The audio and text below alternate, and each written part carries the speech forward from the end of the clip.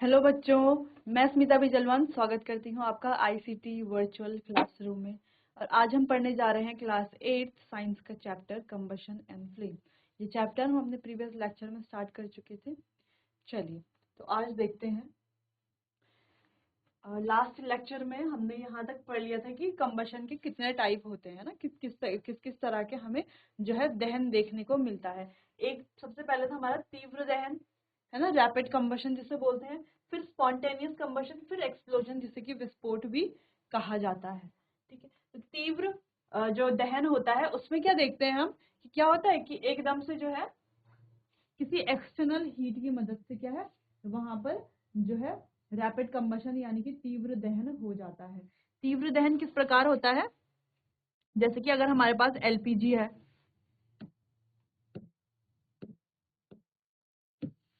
जैसे कि हमारे पास क्या है, एलपीजी है, तो कोई एक्सटर्नल हीट यानी कि हम बोल सकते हैं माचिस की तीली, है ना, क्या मैच बॉक्स या माचिस की तीली जब हम जला करके उसके पास में जाते हैं तो वहां पर क्या होती है, एकदम से आग लग जाती है। तो इसी को बोला जाता है रैपिड कंबशन। ठीक है, जबकि जबकि स्पॉन्टेनियस कंबशन क्या होता है?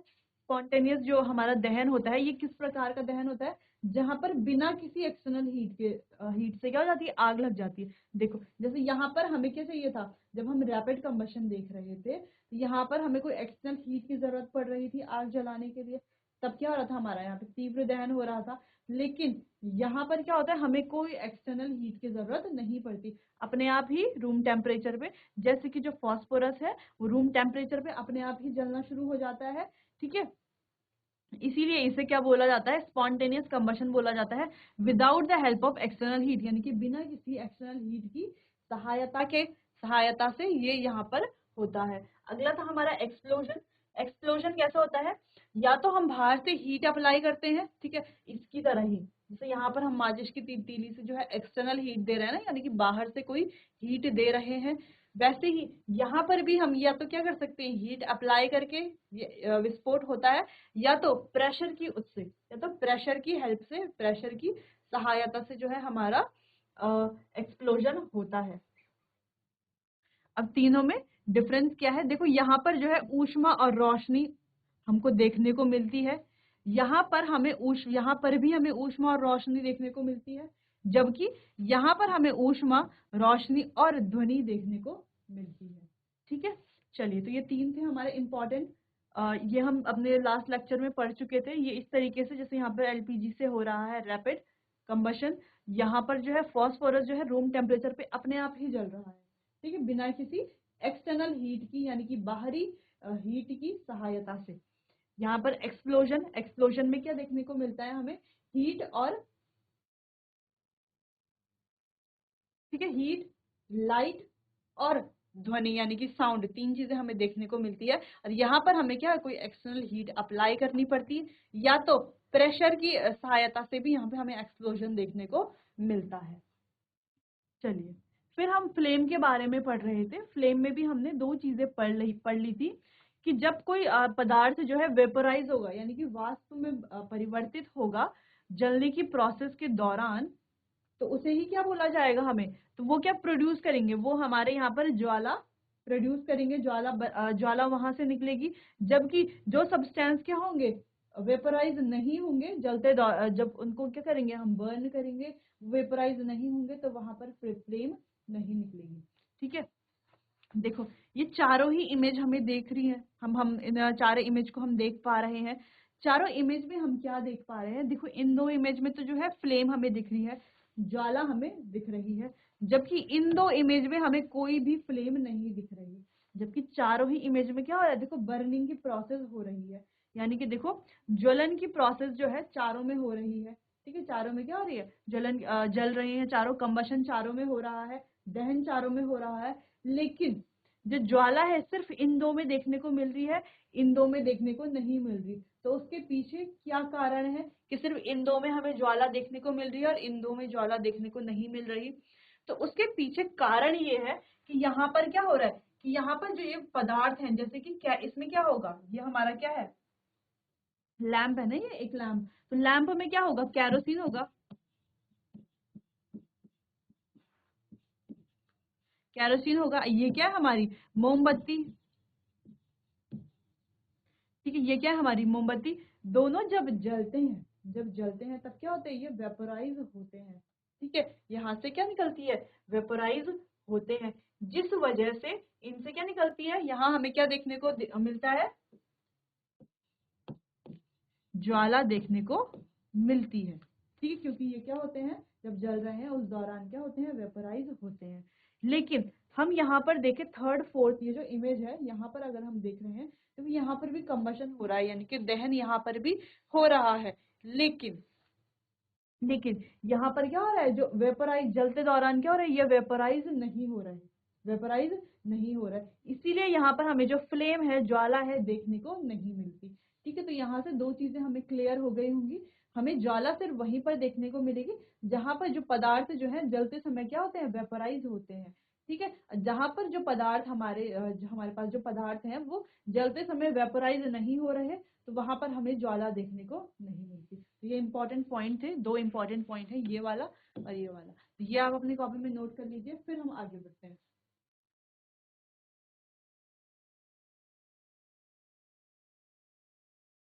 चलिए आगे देखते हैं।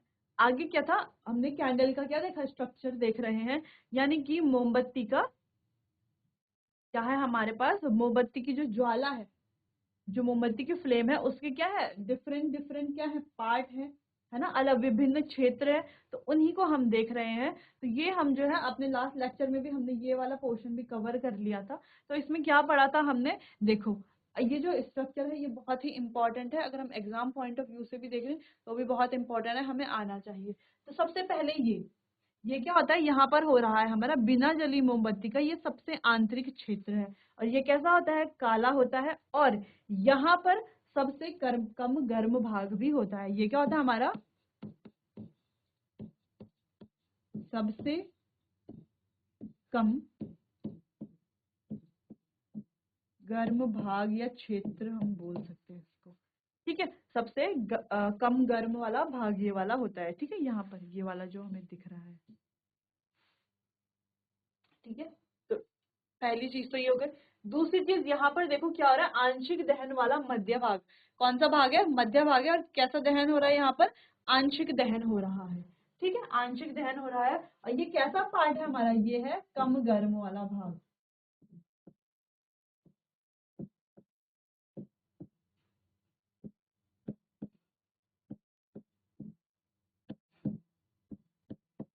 ठीक है, ये क्या है हमारा कम गर्म वाला भाग जो ये है, ठीक है। आगे सबसे ऊपर ये हमारा पूर्ण दहन का बाहरी क्षेत्र है, ठीक है, पूर्ण दहन वाला क्षेत्र है ये, ठीक है। और ये कैसा रंग का होता है, नीला होता है, और ये हमारा सबसे गर्म भाग होता है,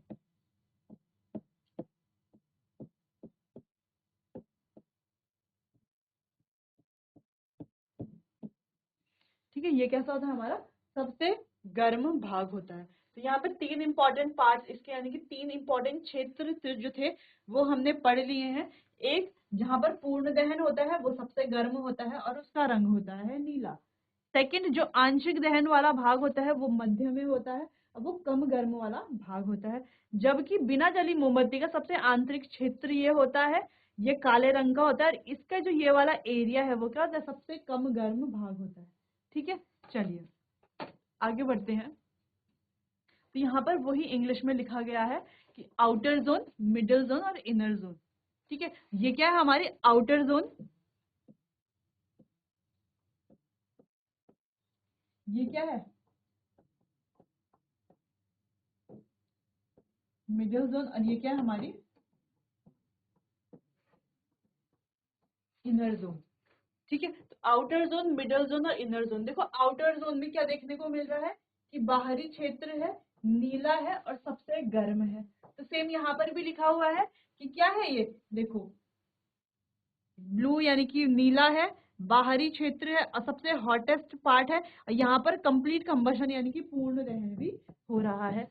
जबकि सेकेंड वाला हम देखें तो आंशिक दहन वाला मध्य भाग, कम गर्म वाला भाग और पीला रंग का, देखो यहाँ पर पार्शियल कंबशन यानी कि आंशिक दहन हो रहा है, जो हमारा ईंधन है उसका कैसा फ्लेम है यहाँ पर, येलो है, और ये क्या है, मॉडरेटली हॉट यानी कि कम गर्म वाला भाग है। ठीक है, अब देखो थर्ड, देखो यहाँ पर क्या है, बिना जली मोमबत्ती का सबसे आंतरिक क्षेत्र है, काला है और सबसे कम गर्म भाग है। वही यहाँ पर हम देख रहे हैं कि क्या है, unburned vapours of the fuel यानी कि बिना जला मोमबत्ती के भाग कैसा रंग का है, देखो ब्लैक कलर का है, और क्या है, लीस्ट हॉट पार्ट है यानी कि सबसे गर्म वाला भाग हमारा यही है। ठीक है, चलिए ये भी आपको समझ आ गया होगा। अब ईंधन क्या होता है, ठीक है, ईंधन क्या होता है उसे पढ़ने से पहले आप जो है इसको नोट कर लीजिए अपनी कॉपी में।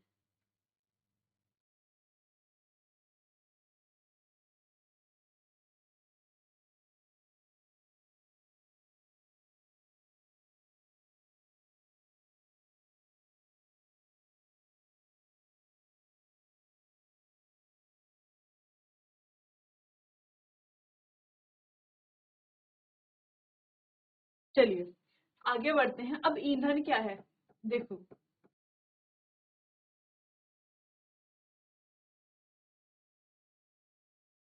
देखो जब हम घरेलू या औद्योगिक उपयोगों से संबंधित ऊर्जा और ऊष्मा के प्रमुख स्रोत की बात करते हैं तो वहां पर हमारे ध्यान में क्या आता है, लकड़ी, कोयला, पेट्रोल, मिट्टी का तेल, ये ध्यान में आता है। तो ये सारे ही क्या होते हैं, हमारे ईंधन होते हैं, यानी कि यही सारे हमारे क्या कहलाए जाते हैं, फ्यूल कहलाए जाते हैं। ठीक है, चलिए फ्यूल का तो हम समझ गए कि फ्यूल क्या होते हैं, हमारे यही सारे जो हमारे घरेलू या औद्योगिक औद्योगिक औद्योगिक उपयोगों में काम आते हैं, ऊष्मा और ऊर्जा बनाने के लिए, जैसे कि हमारे लकड़ी है, कोयला है, पेट्रोल है, मिट्टी का तेल है आदि। ठीक है, जो एलपीजी है, सीएनजी है, तो ये हमारे जो है घरेलू उपयोग में आते हैं। ठीक है, यही सब क्या होते हैं, हमारे ईंधन कहलाए जाते हैं। ठीक है, अब अच्छा ईंधन क्या होता है, ईंधन तो हमें पता है, बहुत सारे ईंधन हमें मिल गए। अब अच्छा ईंधन क्या होता है, अच्छे ईंधन के क्या गुण होते हैं, कैसे पता चलेगा हमें कि कौन सा ईंधन अच्छा है, कौन सा ईंधन हमें इस्तेमाल करना चाहिए, कैसे पता चलेगा। चलिए, अच्छा ईंधन क्या है, अच्छा ईंधन वह है जो सहज उपलब्ध हो जाता है, यानी कि सहज उपलब्ध हो जाना यानी कि हमें आसानी से मिल जाता है, आसानी से प्राप्त हो जाता है, यानी कि इजी अवेलेबल हो। ठीक है, यह सस्ता होता है और वायु में सामान्य दर से सुगमता पूर्वक जलता है। यह सस्ता होता है यानी कि चीपर होता है, और एयर में क्या होता है, आसानी से जल जाता है। ठीक है, कोई भी पॉल्यूशन वहां पर नहीं फैलाता। यह अधिक मात्रा में ऊष्मा उत्पन्न करता है, और ये जो हीट है उसको बहुत ज्यादा क्या करता है, प्रोड्यूस करता है, बहुत ज्यादा मात्रा में जो है हीट प्रोड्यूस करता है।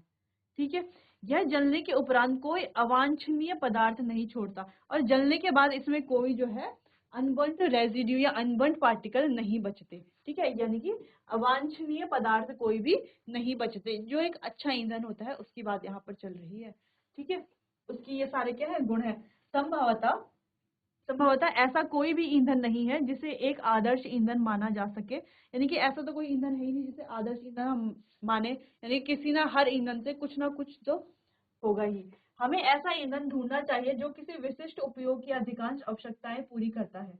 चलिए, ईंधन के मूल्यों की विभिन्नता होती है, विभिन्नता होती है। कुछ ईंधन जो है अन्य ईंधनों की अपेक्षा सस्ते होते हैं।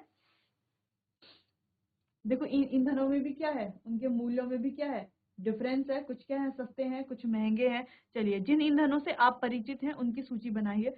चलो सूची तो आप बनाइए यहाँ पर।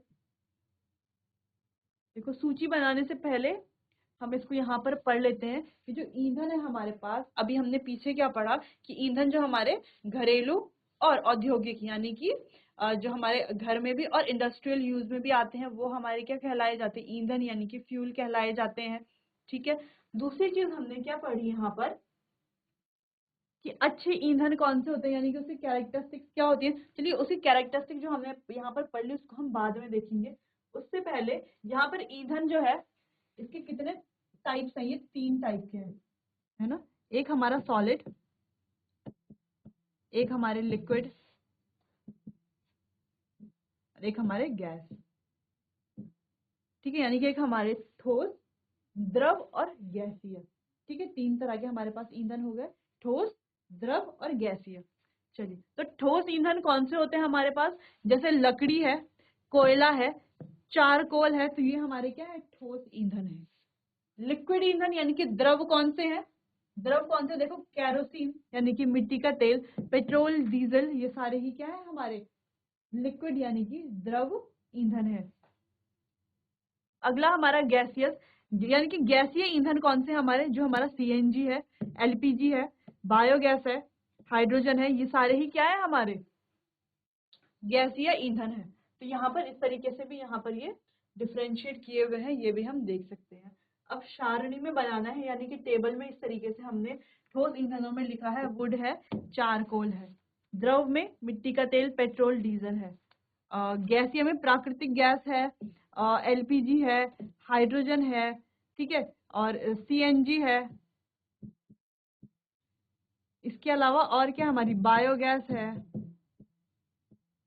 ठीक है। तो इस तरीके से क्या है हमारे ये गैसीय ईंधन है। चलिए अब आगे बढ़ते हैं कि जो एक अच्छा फ्यूल है यानी कि अच्छा ईंधन है, उसकी क्या विशेषताएं हैं, क्या गुण है अच्छे ईंधन की। वैसे तो पीछे हमने क्या पढ़ा था अभी कि वैसे तो आदर्श ईंधन कुछ है ही नहीं, है ना, कि कुछ तो महंगे हैं, कुछ सस्ते हैं, किसी में कुछ प्रॉब्लम है, कोई अच्छा है, कोई किसी में कुछ है, किसी में कुछ है, किसी में कुछ विशेषताएं भी हैं, लेकिन कुछ ना कुछ जो है उसके डिसएडवांटेज भी है ही। चलिए, तो यानी कि एक अच्छा ईंधन कैसा होना चाहिए, उसकी क्या विशेषताएं होती हैं, वो हम यहाँ पर पढ़ लेते हैं। सबसे पहले वो रेडिली अवेलेबल यानी कि जैसा कि हमने पीछे पढ़ा उसी को हम यहाँ पर इंग्लिश में अब पढ़ रहे हैं कि रेडिली अवेलेबल हो यानी कि हमें जो है आसानी से वो प्राप्त हो जाए। इस चीप चीप हो यानी कि वो सस्ता हो। अगला easy to store and transport यानी कि वो स्टोर करने के लिए इजी हो यानी कि कहीं पर रखने के लिए वो क्या हो, आराम से उसे रखा जाए, और कहीं ले जाया जाए और कहीं से लाया जाए उसमें भी क्या हो, आसानी हो, यानी कि जिसे आसानी से कहीं ले जाया जा सके और लाया जा सके, ट्रांसपोर्ट करना जिसको आसान हो वो। Burn at a moderate rate, जो एक मॉडरेट रेट से बर्न हो। Produce a large amount of heat, बहुत सारी ऊष्मा प्रोड्यूस करे। Does not leave behind any undesirable substance यानी कि कोई भी अवांछनीय पदार्थ अपने जलने के दौरान, जलने के बाद ना छोड़े, ठीक है। Does not cause any pollution यानी कि कोई भी पॉल्यूशन वो ना पैदा करे, ठीक है, कोई पॉल्यूशन ना बढ़ाए, ठीक है, ना ही कोई पॉल्यूशन जो है वो पैदा करे। तो ये कुछ हमारे जो है एक अच्छे फ्यूल के क्या कैरेक्टरिस्टिक्स होने चाहिए, यानी कि अच्छे ईंधन के क्या गुण होने चाहिए, क्या विशेषताएं होनी चाहिए, ये हमने यहाँ पर पढ़ लिए। तो इनमें से कोई भी 5 विशेषताएं आप अपनी कॉपी में नोट कर लीजिए, चाहे तो आप सारी भी नोट कर सकते हैं।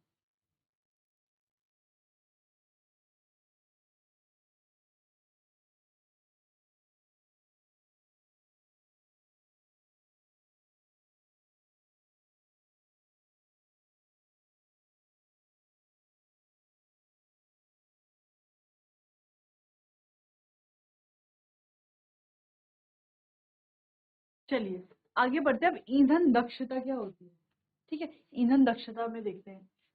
तो चलिए, यदि आपसे कहा जाए कि गोबर के उपले, कोयला और एलपीजी को जलाकर पानी की एक निश्चित मात्रा को उबालें, तो आप कौन से ईंधन को चुनेंगे और इसका कारण बताइए, क्यों चुनेंगे, और इसमें आप अपने माता पिता की सहायता या मदद भी आप ले सकते हैं, ठीक है।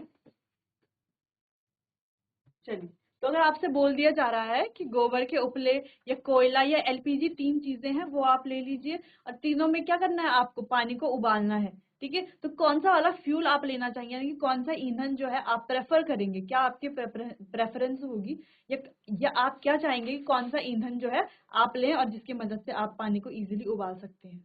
चलिए, क्या आप गोबर के उपलों में पानी को उबालेंगे, या कोयले में, या एलपीजी में। चलिए तो देखते हैं। देखो, एलपीजी जो है सबसे सुटेबल फ्यूल है यानी कि सबसे सुटेबल ईंधन है। क्यों है, क्योंकि एलपीजी क्या है, जो है इजीली क्या हो जाएगा, बर्न हो जाएगा।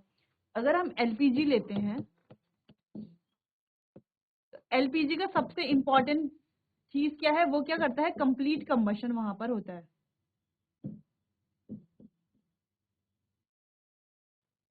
कंप्लीट कंबशन यानी कि पूर्ण दहन वहां पर होता है, जहाँ जिस उसमें क्या होता है, पूर्ण दहन हो पा रहा है, वो हमारा बेस्ट वो होगा, ठीक है। लेकिन उसके अलावा यहाँ पर क्या है, जो एलपीजी है, देखो एलपीजी क्या है, इजीली जल जाता है। इजीली क्यों जल जाता है एलपीजी, क्यों जल जाएगा इजीली, बताइए। क्योंकि उसका इग्निशन टेम्परेचर क्या होता है, लो होता है, ठीक है। सबसे इंपॉर्टेंट बात, उसका इग्निशन टेम्परेचर जो है वो कम होता है, जिस वजह से क्या है, वो जल्दी जल जाएगा, जल्दी जल जाएगा। आसानी से, सबसे पहले तो हम एलपीजी को क्यों चुनेंगे, देखो वो आसानी से मिल जाएगा गोबर के उपले और कोयले के मुकाबले। दूसरी चीज, वो कोई रेजिड्यू अपने पीछे नहीं छोड़ेगा, यानी कि जलने के बाद हमारे पास बहुत सारा अवांछनीय कुछ भी पदार्थ हमें नहीं मिलेगा। जैसे कि गोबर के उपलों में भी मिलेगा, है ना, रेजिड्यू मिलेगा बहुत सारा, जलने के बाद तो बहुत सारी चीजें अपने पीछे छोड़ जाते हैं, कोयला भी। तो वैसे ही एलपीजी में क्या है, हमें कोई भी अवांछनीय चीज हमें नहीं मिलेगी। दूसरी चीज, तीसरा, इसका इग्निशन टेम्परेचर भी क्या होता है, लो होता है, जिस वजह से हमें इसको एक्स्ट्रा जो है हीट नहीं देनी पड़ेगी ज्यादा। हम क्या करेंगे, इजीली बस हीट, इसके पास में माचिस के तीले रह गए, आराम से जलेगा और वहां पर पानी हमारा बॉयल होगा। ठीक है, चलिए अब इसको आगे ईंधन दक्षता की ओर हम बढ़ते हैं।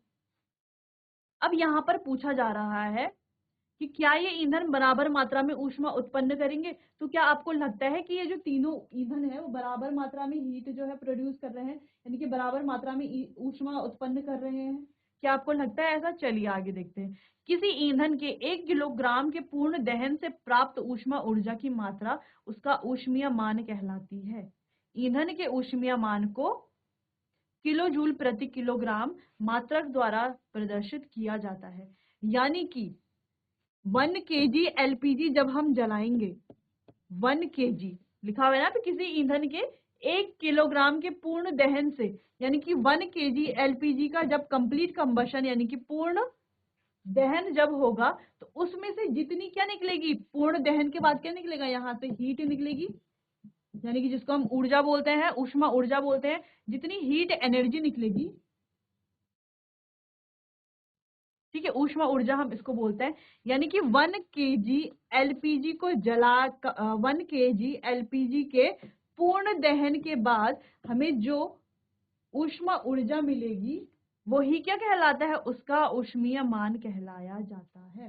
क्या कहलाया जाता है? ऊष्मीय मान कहलाया जाता है। और इसे जो है केजी, किलो जूल पर केजी से भी रिप्रेजेंट हम करते हैं, केजी किलो जूल पर किलोग्राम से भी हम लिख सकते हैं इसको। ठीक है, कुछ ईंधनों के ऊष्मीय मान सारणी में आगे ये हम देखेंगे 4.4 में। ठीक है, यानी कि अब आप समझे ऊष्मीय मान से क्या समझे आप, जैसे अगर हम एलपीजी की बात करें, तो 1 केजी एलपीजी को जलने, पूर्ण दहन के लिए 1 केजी एलपीजी जब पूर्ण दहन होगा, उसके बाद जितनी भी उसकी क्या होगी, हीट एनर्जी यानी कि ऊष्मा ऊर्जा होगी, वही उसका ऊष्मीय मान कहलाया जाएगा। इतना समझ में आया कि ऊष्मीय मान हम किसे बोलेंगे। चलिए, अब आप अच्छे से समझ चुके हैं। ऊष्मीय मान यानी कि वो उसकी कैलोरीफिक वैल्यू होगी। क्या होगी? Calorific value. अब कैलोरीफिक वैल्यू इंग्लिश में अगर हम बोले तो क्या, 1 kg एलपीजी जब कंप्लीट कंबशन करेगी, तो उससे जितनी हीट एनर्जी प्रोड्यूस होगी, वो उसकी क्या होगी, कैलोरीफिक वैल्यू होगी। चलिए आगे देखते हैं। देखो वही यहाँ पर लिखा हुआ है कि the calorific value of a fuel, यानी कि किसी भी ईंधन की कैलोरीफिक वैल्यू वो है, is the amount of heat energy produced on complete combustion, यानी कि जितनी हमने उसमें क्या की ऊर्जा,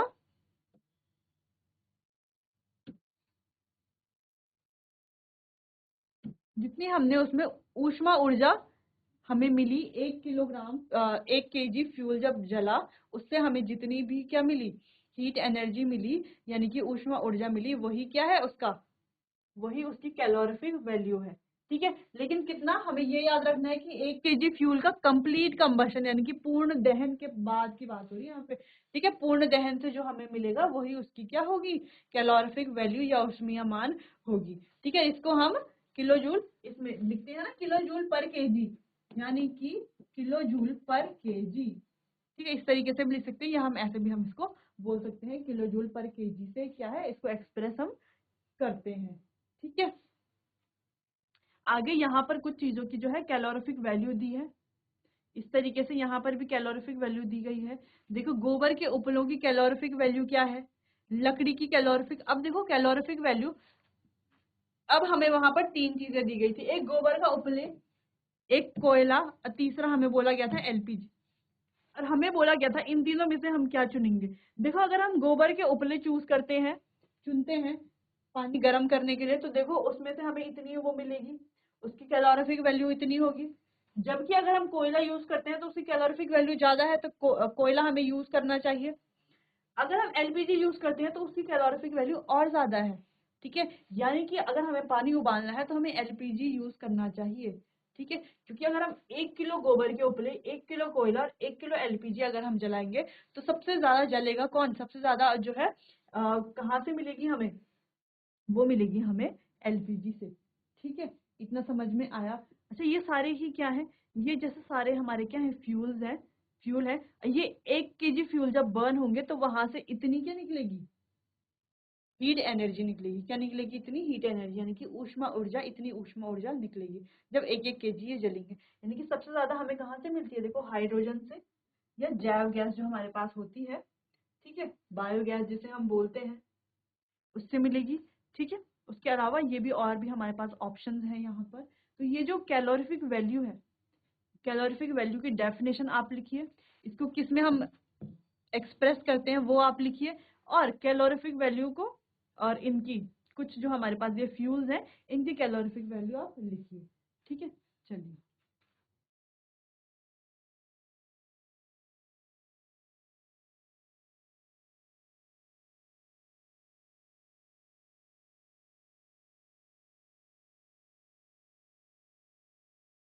चलिए अब आगे बढ़ते हैं।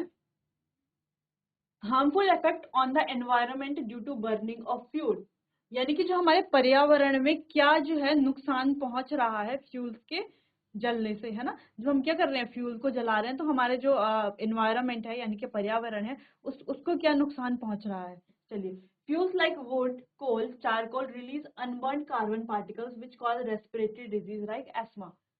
ठीक है, यानी कि कुछ जो ईंधन है जैसे कि लकड़ी, कोयला, पेट्रोलियम, ये क्या करते हैं, ये अनबर्न्ड कार्बन पार्टिकल्स छोड़ते हैं, जिस वजह से जो है श्वास की बीमारियां जैसे कि अस्थमा जैसी बीमारियां होती हैं। तो पहला कारण तो ये है कि इससे क्या होती है, बीमारियां, रेस्पिरेटरी डिजीजेस, यानी कि सांस लेने की बीमारी, जो श्वास की बीमारियां जिसे हम बोलते हैं जैसे कि अस्थमा, वो ये कॉज करता है। दूसरा, incomplete combustion of fuels release carbon monoxide gas which is very poisonous gas which can cause death। अगर वो इनकम्प्लीट कंबशन हुआ यानी कि अपूर्ण दहन अगर फ्यूल्स का होता है तो वहां पर क्या बहुत ही जहरीली गैस जिसको हम कार्बन मोनोऑक्साइड बोलते हैं वो वहां पर निकलती है, और जिससे कि मृत्यु भी हो सकती है। तो पहला पहला सबसे हार्मफुल इफेक्ट क्या है कि वो एनवायरनमेंट में क्या करते हैं, अनबर्न्ड कार्बन पार्टिकल्स को फैलाते हैं, जिस वजह से क्या होती है हमारी, हमें जो है रेस्पिरेटरी यानी कि श्वास की बीमारी जैसे कि अस्थमा हो सकती है। दूसरा इंपॉर्टेंट पॉइंट हमने यहाँ पर पढ़ लिया कि उनकी इनकम्प्लीट यानी कि अपूर्ण दहन से क्या हो सकता है कि कोई भी पॉइजनस गैस यानी कि जहरीली गैस वो छोड़ते हैं, जैसे कि जहरीली गैस होती है हमारी कार्बन मोनोऑक्साइड। ठीक है, जिस वजह से क्या हो सकती है, इंसान की मृत्यु भी हो सकती है। तीसरा पॉइंट है burning of most fuel release carbon dioxide gas which cause rise in the temperature of the atmosphere. This is called global warming. It causes melting of polar, rise in sea level and flooding of coastal areas। चलिए, अब burning की वजह से बहुत सारे fuel जो है वो कार्बन डाइऑक्साइड गैस प्रोड्यूस करते हैं, कार्बन डाइऑक्साइड गैस रिलीज करते हैं, छोड़ते हैं कार्बन डाइऑक्साइड गैस को। कार्बन डाइऑक्साइड गैस की वजह से क्या होता है, जो हमारा एटमॉस्फेयर का टेम्परेचर है वो क्या हो जाता है, तापमान जो है हमारे एटमॉस्फेयर का वो बढ़ जाता है, जिस वजह से ग्लोबल वार्मिंग बढ़ जाती है। ठीक है, अब ग्लोबल वार्मिंग बढ़ जाती है, ग्लोबल वार्मिंग के बढ़ने से क्या होता है, ग्लोबल वार्मिंग के बढ़ने से क्या होता है कि जो हमारी पोलर आइस है, बर्फ है, वो क्या हो जाती है, मेल्ट होने लग जाती है, जिस वजह से बाढ़, जो कोस्टल एरियाज है वहां बाढ़ के आशंका भी देखी जाती है। ठीक है, चौथा पॉइंट है burning of coal and petroleum release oxide of sulphur and nitrogen which dissolve in rain water and form. देखो, अगर हम कोल या पेट्रोलियम को बर्न करते हैं तो वो क्या छोड़ते हैं, वो सल्फर के ऑक्साइड और नाइट्रोजन ऑक्साइड वहां से छोड़ते हैं, रिलीज करते हैं, जिस वजह से वो जो है जब बारिश का पानी होता है तो उसके साथ मिल करके क्या बनाते हैं, एसिड रेन, रेन वहां पर आती है।